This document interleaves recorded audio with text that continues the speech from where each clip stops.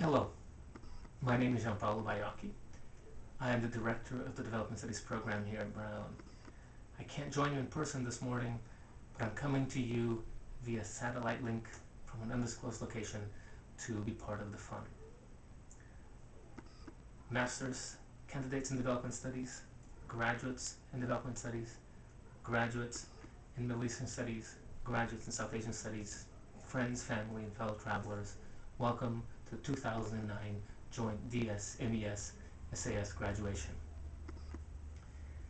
I wanted to wish you all well as you move on from Brown. I wanted to have a chance to bid farewell to friends, and I wanted to have a chance to thank you for making my job so rewarding and interesting. Those of you who know what running development studies or have a sense of what it must be like know that there's never a dull moment. So not only am I proud of the final products of your education in your thesis, but am I proud of your accomplishments individually and collectively as development studies graduates. I'm also thankful for never having been bored at my job.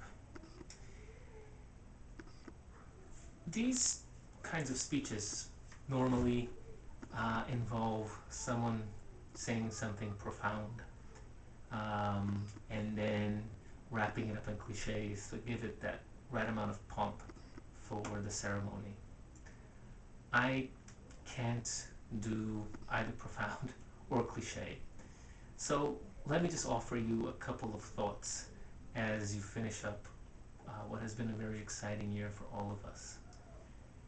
In terms of profound, I have to say that in recent memory, I don't think we have had an academic year full of so much history as we've had this last one.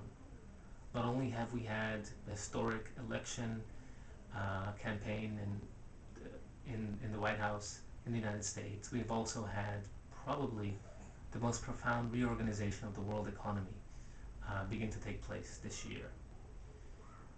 Things have changed more than any time in recent history, and we won't know the consequences of these changes for a long time. But we do know that the cartographies of global power are shifting as we speak.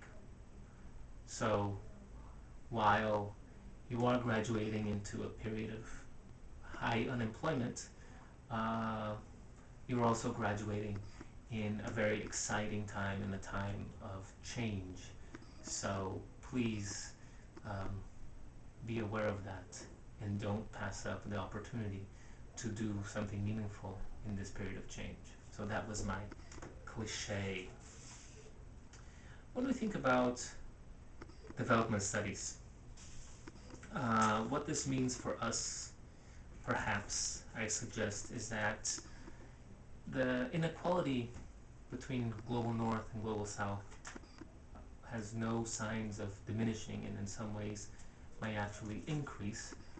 What these changes in the last 6 months have shown is that the development processes take place in the United States as well, and that the distinction between developing and developed countries may not make as much sense as a distinction between the winners and losers of this global economy and people in places that are part of development and people in places that aren't part of development.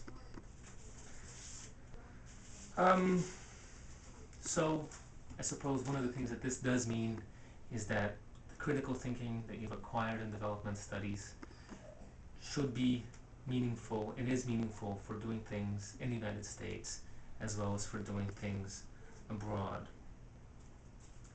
So that was a little bit more of profundity and cliche. But I wanted to say something also about something of a smaller scale that took place this year on campus around development studies. And I would be remiss if I were absolutely silent on it. As you DS graduates know, and as you parents of DS graduates may have heard, there was a campaign led by this class to save development studies. It was an activist campaign. It all the trappings of a social movement, and it was a successful campaign, as I'm about to announce. One thing that made me proud of this campaign as it took place was that perhaps the best argument to save development studies was the one that was not used.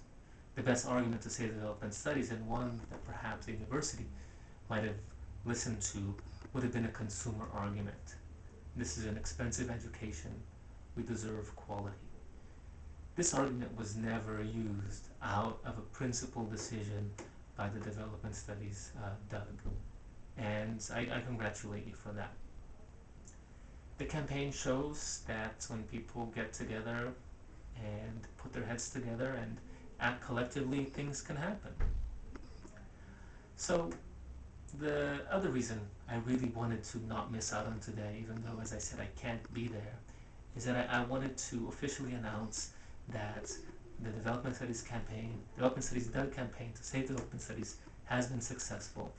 And let me be the first to officially say that Cornell Ban, the extraordinary lecturer of thesis writing and methods writing, friend to us all, the best dressed guy that I know, will be joining us next year as Assistant Director of Development Studies, and will render the concentration viable in the way that we all want it to be.